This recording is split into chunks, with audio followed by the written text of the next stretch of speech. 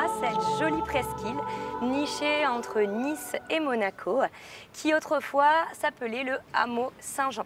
Le hameau Saint-Jean, c'était tout simplement un petit village de pêcheurs avec ses maisons en pierre concentrées autour du vieux port et de l'église.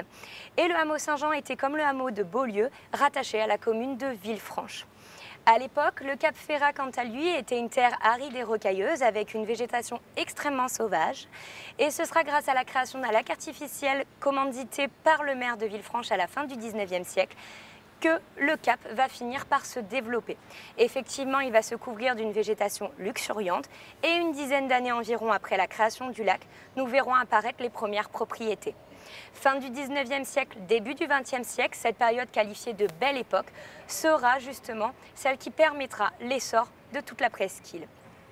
En 1904, le hameau Saint-Jean prendra son indépendance, sera rebaptisé Saint-Jean-sur-Mer, puis en 1907, Saint-Jean-Cap-Ferrat. À présent, je vous invite à me suivre au travers du village pour découvrir le patrimoine saint-jeannois. Nous voici donc juste devant la statue Le Pêcheur à l'épervier. Donc cette statue qui est vraiment la statue emblématique de Saint-Jean-Cap-Ferrat puisqu'elle paraît sur les plus anciennes photographies. Elle a été inaugurée en 1890, non pas ici mais au-dessus du Vieux-Port et sera déplacée donc en 1907. C'est une statue qui a été créée par l'artiste Claude Vignon, de son vrai nom Marie-Noémie Cadiot, qui était donc critique d'art, artiste et sculptrice. Cette dame était la femme de Maurice Rouvier, qui était à la fois banquier, journaliste, mais qui a été un grand homme politique et notamment président du Conseil général des Alpes-Maritimes. À présent, nous allons continuer en direction de l'avenue Jean Mermoz.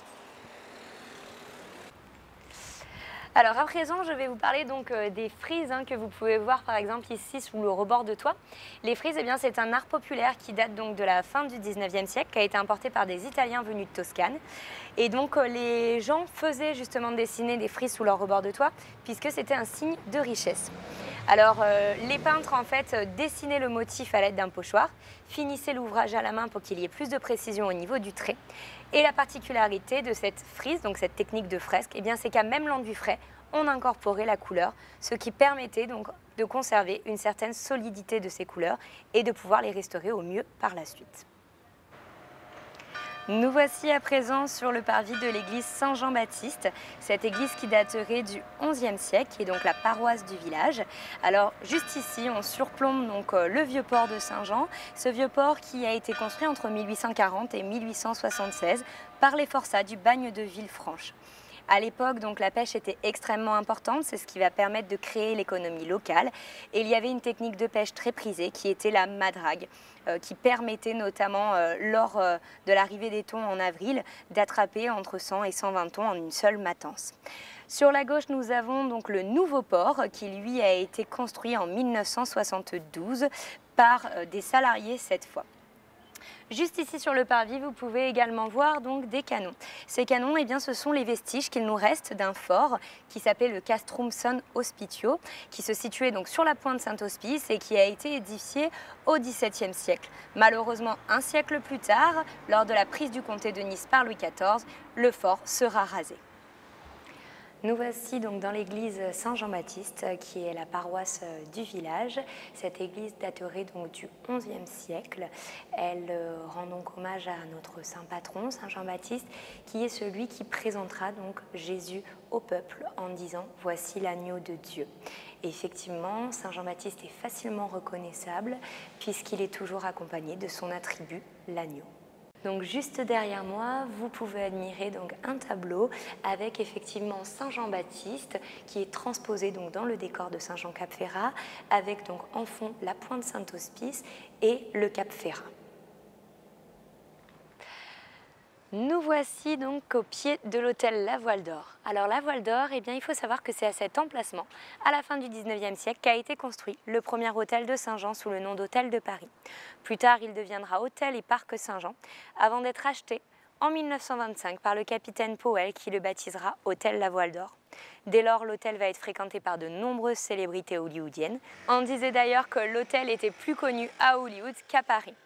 Sachez d'ailleurs que c'est ici, dans les jardins de l'hôtel La Voile d'Or ou juste devant, que certaines scènes de l'épisode pilote de Amicalement Vôtre avec Roger Moore et Tony Curtis ont été tournées. Nous voici à présent au Jardin de la Paix, point de départ ou d'arrivée de la Pointe Saint-Hospice. Une balade donc d'environ 40 minutes à 1 heure si vous incluez la visite de la chapelle et de la Madone. Le Jardin de la Paix autrefois était ce qu'on appelait une bandite. C'était tout simplement un terrain de pâturage où les animaux des communes avoisinantes venaient paître. Au Jardin de la Paix tous les ans, en août, il y a le festival Saint-Jazz Cap Ferrat où de grands noms du jazz se produisent.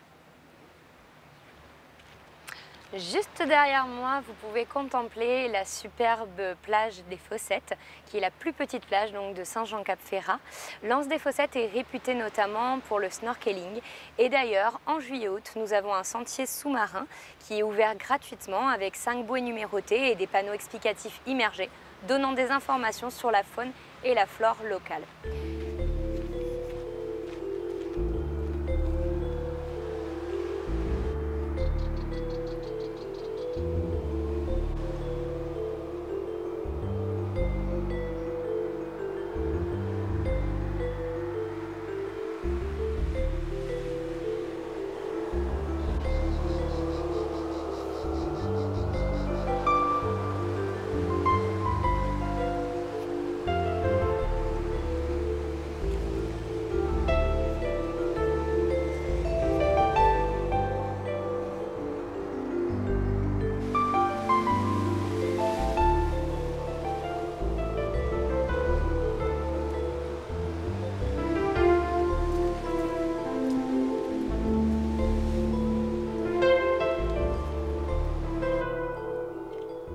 Nous voici donc au pied de cette Madone imposante qui date de 1903. Elle a été créée par le sculpteur italien Tranquillo Galbussieri à la demande d'un riche négociant en huile niçois, Auguste Gall. Cet homme avait été pris dans une tempête au large de Saint-Hospice. Il a alors fait vœu à Saint-Hospice que s'il parvenait à survivre, il lui érigerait un ex-voto monumental. C'est ce qui a donc été fait. Cet ex-voto mesure 11,40 mètres. Nous voici donc dans la chapelle Saint-Hospice, qui est une chapelle qui date du XIe siècle. Elle a été construite sur les ruines de la tour dans laquelle s'était muré Hospitius. Cet homme en fait avait des dons de voyance et des dons de guérison. Il avait prédit au peuple que les Lombards allaient arriver et ravager le territoire.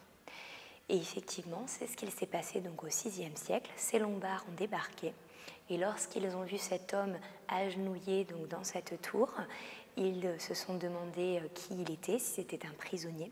Un des Lombards a alors décidé de l'assassiner, sauf qu'au moment de passer à l'action, eh bien, son bras est resté paralysé. Il s'est alors produit un miracle et cet homme-là finalement deviendra donc ce fameux Saint-Hospice. Donc juste derrière moi, vous pouvez contempler donc le tableau qui représente justement la scène finale avec donc Saint-Hospice agenouillé, le Lombard donc juste derrière lui. Vous avez également donc dans cette église de nombreux ex-voto qui sont déposés donc par des personnes qui viennent effectivement remercier donc Saint-Hospice.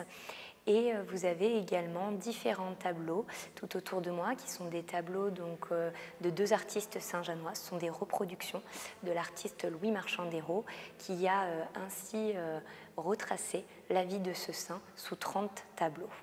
Dès la fin de l'année, donc la chapelle Saint-Hospice va être complètement rénovée justement pour être en parfait état et pouvoir accueillir donc de nouveau tous ces visiteurs. Nous voici à la plage Paloma, point de départ ou d'arrivée de la Pointe Saint-Hospice. Cette plage donc, a été créée en 1948 par l'architecte André Despéry. Elle est moitié privée, moitié publique. Le côté privé a accueilli notamment de très nombreuses célébrités donc venues du monde entier. Cette plage est la plus connue de la presqu'île.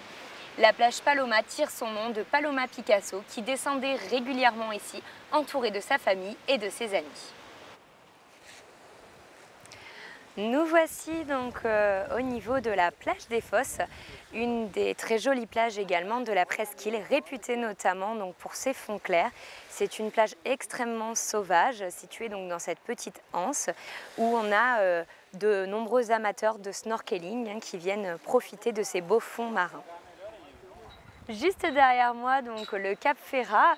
Alors tout autour du cap, il y a un joli sentier du littoral qui se parcourt en 1h30 à 2 heures, qui est d'un niveau un petit peu plus sportif, avec une vue notamment sur la rade de Villefranche-sur-Mer. Vous pouvez également remarquer que la falaise derrière moi est considérablement déchiquetée. Eh bien, c'est parce qu'il y a eu à l'époque une carrière qui a été exploitée au début du XXe siècle pour pouvoir agrandir le port de Monaco. Et nous avons encore des vestiges tels que ces gros blocs de pierre dans l'eau qui permettaient en fait de hisser sur ce pont qui était construit les blocs de pierre pour les mettre sur les chalands et les transporter jusqu'au port de Monaco. Après avoir visité le village de Saint-Jean-Cap-Ferrat, je vous invite également à découvrir la villa Ephrussi de Rothschild, qui est un bijou de l'architecture de la Belle Époque, créé pour le compte de la baronne Ephrussi de Rothschild entre 1905 et 1912. Cette villa est ouverte tout au long de l'année et propose notamment en basse saison des brunchs, mais aussi des soirées musicales. Notre visite se termine ici. J'espère que vous avez apprécié le patrimoine saint-jeannois et je vous invite à venir nous rendre visite à l'office de tourisme à Saint-Jean-Cap-Ferrat. Vous pouvez profiter des visites commentées proposées gratuitement par l'office de tourisme de mars à septembre et également suivre les balades en mer qui sont proposées de mi-juin à mi-septembre. Vous pouvez également suivre cette visite via l'application Guidigo qui est téléchargeable gratuitement et qui retrace tout ce parcours avec les commentaires écrits et audio. Elle est téléchargeable en français, anglais et en italien.